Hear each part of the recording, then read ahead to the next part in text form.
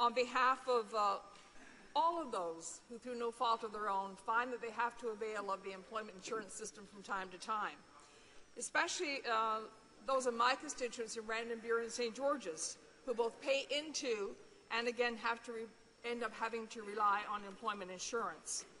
Let me say I'll be splitting my time with the member for Winnipeg North, Mr. Speaker.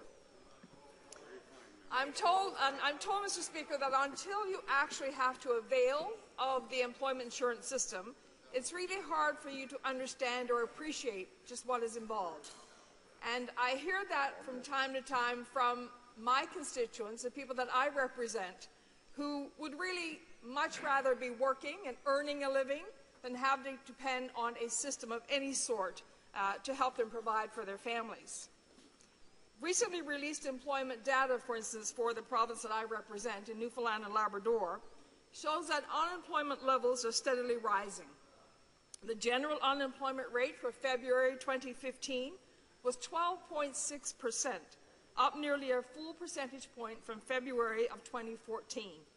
For the same period, the unemployment rate for young people aged 15 to 24 was 16.4%. So that will tell you, Mr. Speaker, how difficult it is for some people in the province of Newfoundland and Labrador, let alone throughout the country, to be able to make ends meet when they're having difficulty acquiring a job. We have adult children moving back in with their parents because they can't get that first job. And if they're lucky enough to secure work, if the jobs are available, they're part-time, making it difficult, if not impossible, for them to make ends meet by their own means. That is the impact that such a weak economy is having on parents and their children. Young adults trying to find that first job are unable to contribute EI premiums, and thus, despite being unemployed, are unable to access benefits. They are forever caught between the rock that is a weak job market and the hard place, which is their inability to receive EI because they haven't worked enough hours to qualify. This creates a vicious cycle, particularly with respect to EI training benefits. EI training benefits are intended to help unemployed workers gain the skills they need to find a new job. But there's a catch. First, they must be EI beneficiaries to access them. This is particularly problematic when we consider the fact that according to the Mowat EI Task Force report, those who do not have enough hours to qualify for EI may benefit most from from access to training programs. These young workers stand to benefit the most from these training programs and yet are unable to access them. So it is indeed a vicious circle, one that we must put a stop to. The best way to combat youth unemployment and to help create a secure financial future is through job creation and job training. At a time when youth unemployment is high and many students and recent graduates are struggling to find jobs or co-op placements, this government is continuing to compound the problem by its actions. Instead of supporting young workers, this Conservative government cut funding to the Canada Summer Jobs Program, which provided both income and valuable job experience for young Canadians. Young workers and the self-employed are not the only people struggling to obtain benefits. In addition to keeping premiums artificially high, this Conservative government has also made major changes to the EI system that have had disproportionately negative effects on workers in seasonal industries. This government has required people to accept jobs further and further from where they live, increasing commuting costs, often dramatically, and decreasing quality of life. A 1-hour commute in my riding, Mr. Speaker, can impose a significant financial burden on already vulnerable workers because of lack of public transportation and high fuel costs. And in a lot of cases, the conditions of the roads over which they have to travel are not the most helpful. And again, Mr. Speaker, this increases costs because of the wear and tear on the vehicles that they drive. The Conservative government has also moved to broaden the definition of suitable employment, to force people to accept jobs that are less comparable to their previous employment. And frequent users of EI, such as those in seasonal industries, must now accept virtually any available job. These changes mean workers may be forced to constantly jump between industries and towns more than ever before, again, just to make ends meet. And what does this government offer them? Callous indifference. The same sort of indifference we see in my office and offices across the country as people call in desperation as they are forced to wait well beyond the 28 days for their claims to be processed. All because cuts at Service Canada left them understaffed and unable to process claims in a timely manner. We have had instances in Random Bureau and St. George's where people have had to wait up as high as 70 days. If you make one mistake, one little mistake, you don't get a call asking you about that mistake. Your claim is denied and they have to reapply. And not just 70 days, Mr. Speaker, but we've had them wait 45 days. It is unreasonable and it is indeed callous. These are people that are having to go without an income while they're waiting to have their claims processed. They would much rather be working. They don't want to have to depend on a government system, although, remember, it is their system, it is their money, and they paid into this insurance program, but they would much rather work, and it is unfair for them to have to wait such a long period of time to access their own money through an insurance program. This jeopardizes not just the economic security of those hardworking Canadians forced to travel in search of work, it also jeopardizes the economic security of their communities, many of which are reliant on seasonal industries for their continued survival. The government should be working to make it easier for Canadians to not just make ends meet, but to thrive. Instead, this Conservative government seems intent on making it more difficult. This is an issue of fairness. Canadians need and deserve an employment insurance system that provides fair benefits at a fair cost. While this motion will not reverse all the damaging changes we've seen in the EI system over the past almost decade of Conservative government, it is indeed a step in the right direction, Mr. Speaker. Liberals have been calling for the Conservatives to allow the EI account to balance itself over the business cycle.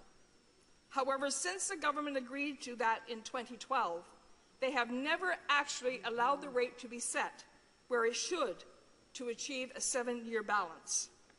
After several EI rate-setting mechanisms, changes over the past few years, this government finally settled on a plan that aims to have the EI account balanced over the course of 7 years, a time frame which in theory should prevent very large premium hikes in periods of economic downturn. Unfortunately, despite this new system, the government opted not to follow their own actuarial advice on where to set the EI premium rate in 2015. Instead, they chose to set the rate above the level needed to achieve the 7-year balance. The Parliamentary Budget Officer in his recent report said the setting of the EI premium rate in 2015 and 2016 continues to be a concern, and that this acted against the government's objective of ensuring EI premiums are set transparently and used only for EI benefits and administration purposes. This Conservative government, Mr. Speaker, froze EI premiums artificially high in 2015, forcing workers and their employers to pay $2.7 billion more in premiums this year than the government expects to pay in benefits. That's $2.7 billion that could be reinvested in Canadian business to create more jobs and put money in the pockets of hard-working Canadians.